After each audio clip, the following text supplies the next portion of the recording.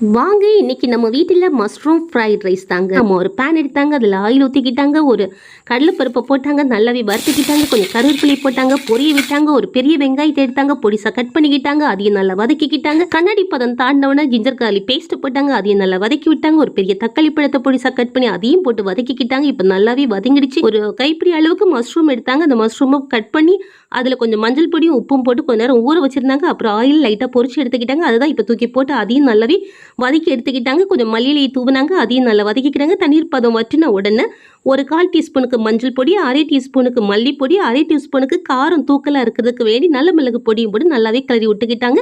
இப்போ ஆற வச்சிருந்த சாதத்தை தூக்கி அதில் போட்டு சாதம் உடையாதபடிக்கு பொறுமையாக நிதானமாக கிளறி கொடுத்தாங்கங்க. அதுக்கு மேலே மல்லியிலையை தூவி விட்டுக்கிட்டு மேலே கொஞ்சம் தேங்காய் எண்ணெய் தூக்கி ஊற்றிக்கிட்டு அப்படியே மூடி போட்டாங்கங்க.